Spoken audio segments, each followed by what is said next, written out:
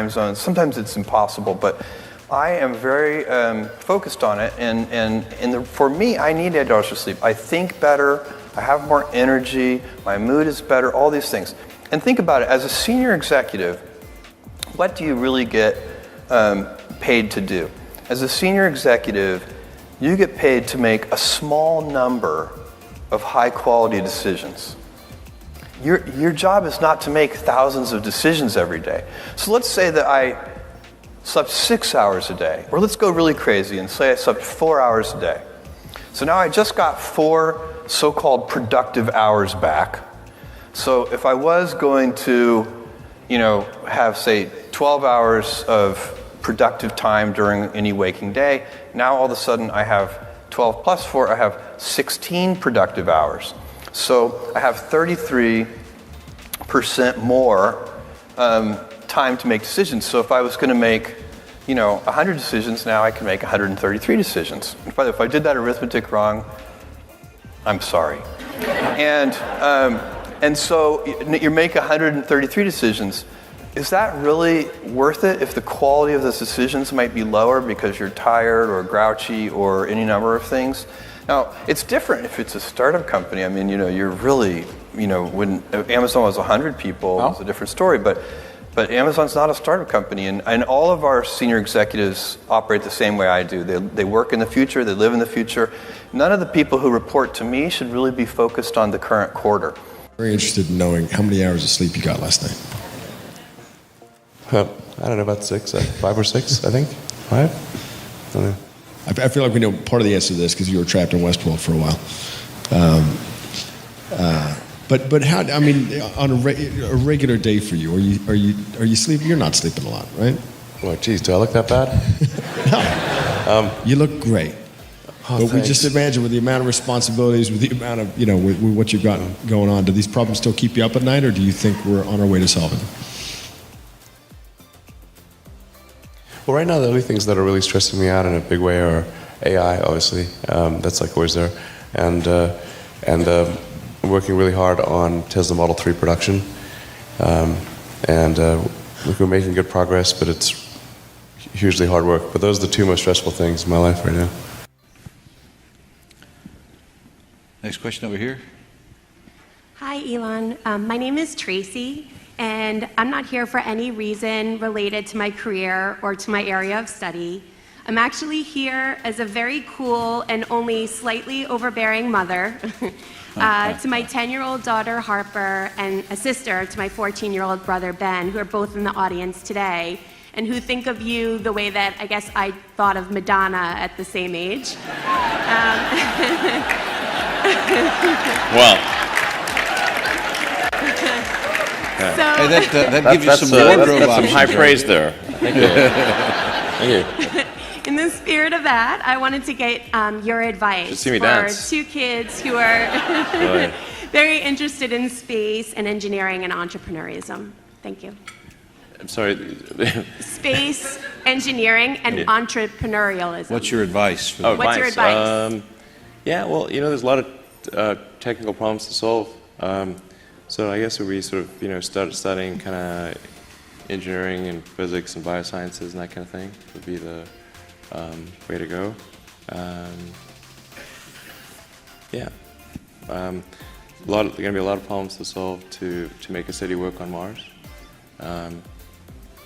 We were thinking of just as sort of a semi-joke, putting a job description on our website for urban planner in brackets Mars. There's going to be just a tremendous amount of problems to solve. There's just a lot of building and problem solving. So those are like the right, skills to work on if someone's interested in going beyond Earth or space in general. Thank you. We're glad you're here. Glad your kids are here too. They're the future for all of us. So thanks for coming.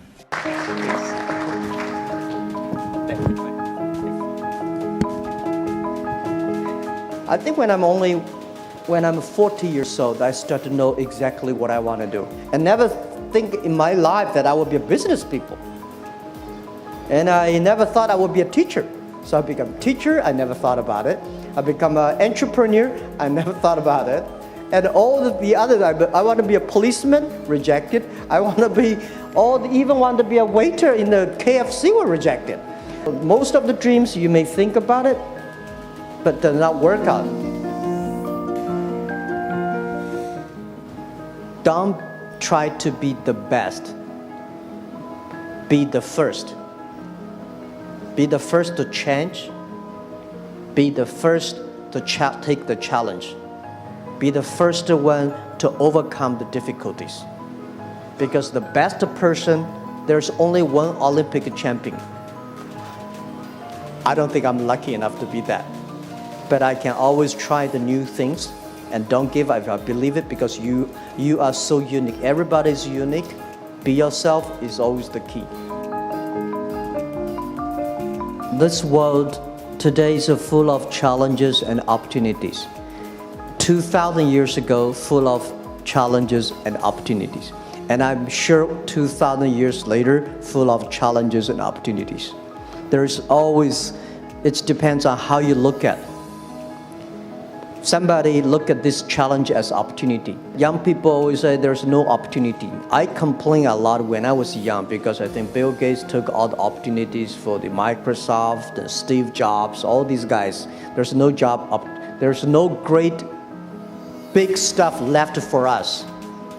But I think opportunity always lies in the challenges, always lies in the complaints. If you can solve the challenge, you will be successful. The big challenge you solve, the big problem, the big opportunity you have. Of improvement and patience and really sticking with it, that we're very good at that. Take Windows, which we bet our company on. Everybody doubted that would succeed. IBM did not support us in that. It took longer than we expected. Over 4 years before finally graphical interface got popular, and now people take it for granted. It's part of every personal computer, and you just expect it to be there. That was one of the grand successes of the company.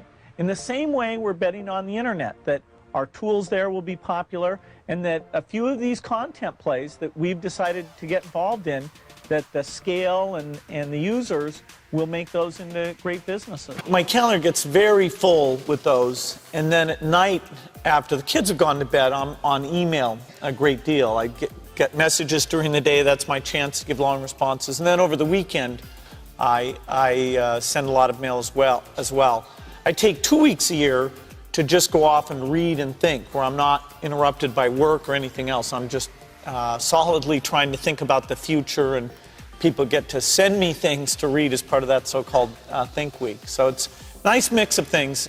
About 25% of the time that I'm out traveling around, meeting with customers, Europe, Asia, and that sort of helps me think, okay, do we have the right priorities? What are people responding well to, and what would they like to see us do better? Sensitive.